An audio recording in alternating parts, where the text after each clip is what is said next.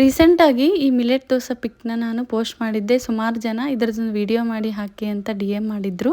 ಇದನ್ನು ಮಾಡೋಕ್ಕೆ ಮೊದಲು 1 ಕಪ್ಪಷ್ಟು ನವಣೆ, ಅರ್ಧ ಕಪ್ಪಷ್ಟು ಅಕ್ಕಿ, 1 ಟೇಬಲ್ ಸ್ಪೂನ್ ಮೆಂತ್ಯಕಾಳು, ಅರ್ಧ ಕಪ್ಪಷ್ಟು ಉದ್ದಿನಬೇಳೆ, 1/4 ಕಪ್ಪಷ್ಟು ಹೆಸರುಬೇಳೆ, 1/4 ಕಪ್ಪಷ್ಟು ತೊಗರಿಬೇಳೆ, 1/4 ಕಪ್ಪಷ್ಟು ಕಡಲೆಬೇಳೆನ ಕ್ಲೀನಾಗಿ ತೊಳೆದು ಇದನ್ನು 5 ರಿಂದ 6 ಗಂಟೆ ನೆನೆಸಿಟ್ಕೊಂಡಿದ್ದೆ. ಇದನ್ನು ಗ್ರೈಂಡ್ ಮಾಡಬೇಕಾದ್ರೆ 1/4 ಕಪ್ಪಷ್ಟು ಅವಲಕ್ಕಿನ ನೆನೆಸಿಟ್ಕೊಂಡು ಹಾಕ್ಕೋಬೇಕು. ಇದನ್ನು ಸ್ಮೂತಾಗಿ ಗ್ರೈಂಡ್ ಮಾಡ್ಕೋಬೇಕು.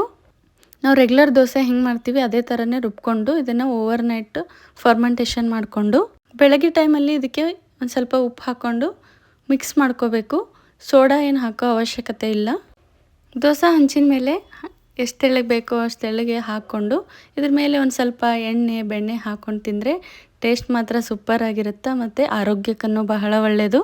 ನಾನಿಲ್ಲಿ ನವಣೆ ಅಕ್ಕಿನ ಬಳಸ್ಕೊಂಡಿದ್ದೀನಿ, ಅಂದರೆ ಫಾಕ್ಸ್ಟೈಲ್ ಮಿಲೆಟ್ಟು. ಅದ್ರ ಬದಲಿಗೆ ಬೇರೆ ಯಾವುದಾದ್ರೂ ಮಿಲೆಟ್ ಕೂಡ ಬಳಸ್ಕೋಬೋದು.